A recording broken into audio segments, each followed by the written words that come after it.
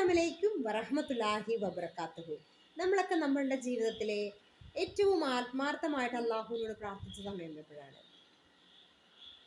നമ്മുടെ ജീവിതത്തിൽ എന്തെങ്കിലും മാനസിക ബുദ്ധിമുട്ടുകളോ സാമ്പത്തിക ബുദ്ധിമുട്ടുകളോ രോഗങ്ങളോ ഒക്കെ വരുമ്പോൾ നമ്മൾ കരഞ്ഞുകൊണ്ട് അള്ളാഹുവിന്റെ സന്നിധിയിലേക്ക് ചെല്ലും. ആ പ്രാർത്ഥന കേട്ട് അള്ളാഹു പ്രാർത്ഥനയ്ക്ക് ഉത്തരം നൽകി കഴിഞ്ഞാൽ നമ്മൾ പിന്നെ അള്ളാഹു ചെയ്ത ആ നന്മയെ നമ്മൾ മറന്നു പോകുന്നു. പല മനുഷ്യരും അങ്ങനെയാണ്, അള്ളാഹുവിനെ മറന്നു പോവുകയാണ് പല ആളുകളും. അങ്ങനെ ഒന്ന് സംഭവിക്കുമെന്നുള്ളത്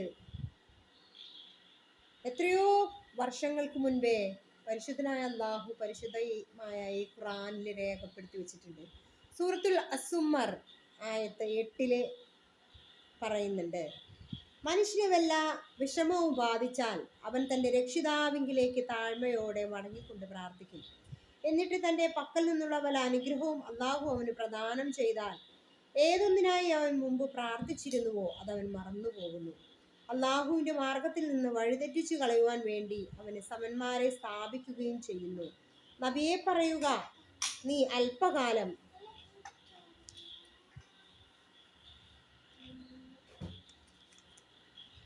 നിന്റെ ഈ സത്യനിഷേധവും കൊണ്ട് സുഖിച്ചുകൊള്ളുക. തീർച്ചയായും നീ നരകാവകാശികളുടെ കൂട്ടത്തിലാകുന്നു. ശരിയാണ്, നമ്മളുടെ പ്രാർത്ഥന അള്ളാഹു കേട്ട് കഴിഞ്ഞാൽ പിന്നെ അടുത്ത പരിപാടി ഏതെങ്കിലും ഒരു മൊയ്ലാര് ഇന്ന സ്ഥലത്തുണ്ട്, അദ്ദേഹം പറഞ്ഞ കാര്യങ്ങളൊക്കെ സാധിക്കും. ഏതെങ്കിലും ഒരു ജാറം മൂടിക്കഴിഞ്ഞാൽ നിങ്ങൾ പറയുന്ന കാര്യങ്ങളൊക്കെ സാധിക്കും, നിങ്ങളുടെ പ്രാർത്ഥനയ്ക്ക് ഉത്തരം കിട്ടും. അങ്ങനെ ആരെങ്കിലും പറഞ്ഞാൽ, അല്ലെങ്കിൽ ഇന്ന ഒരാളോട് നിങ്ങൾ പ്രാർത്ഥിക്കും അപ്പം നിങ്ങളുടെ എല്ലാ പ്രശ്നങ്ങളും മാറിക്കിട്ടും എന്നൊക്കെ ആരെങ്കിലും പറഞ്ഞാൽ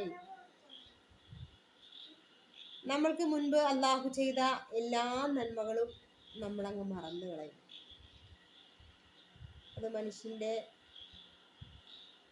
ചില തെറ്റായ സ്വഭാവങ്ങളാണ്. നമ്മളെ സൃഷ്ടിച്ചത്, ഈ ലോകം പടച്ചുണ്ടാക്കിയ സർവശക്തനായ അള്ളാഹു ആണെന്ന് നമുക്ക് എല്ലാവർക്കും അറിയാം. അത്രയും വലിയ ശക്തിയുള്ള ഒരു അള്ളാഹു നമ്മുടെ കയ്യിൽ നമ്മൾ പ്രാർത്ഥിച്ചാൽ നമ്മുടെ പ്രാർത്ഥനയ്ക്ക് ഉത്തരം നൽകുന്ന അള്ളാഹു നമ്മുടെ കൂടെ ഉള്ളപ്പോൾ നമ്മൾ എന്തിനാണ് മറ്റ് ആളുകൾ, അതായത് അള്ളാഹുവിൻ്റെ സൃഷ്ടിയായ മറ്റുള്ള കാര്യങ്ങൾ, നമ്മൾ അള്ളാഹുവിൻ്റെ മറ്റൊരു സൃഷ്ടിയെ തന്നെ നമ്മൾ എന്തിനാ പ്രാർത്ഥിക്കുന്നത്? എല്ലാത്തിനും കഴിവുള്ള പരിശുദ്ധനായ അള്ളാഹു നമ്മുടെ കൂടെ ഇല്ലേ?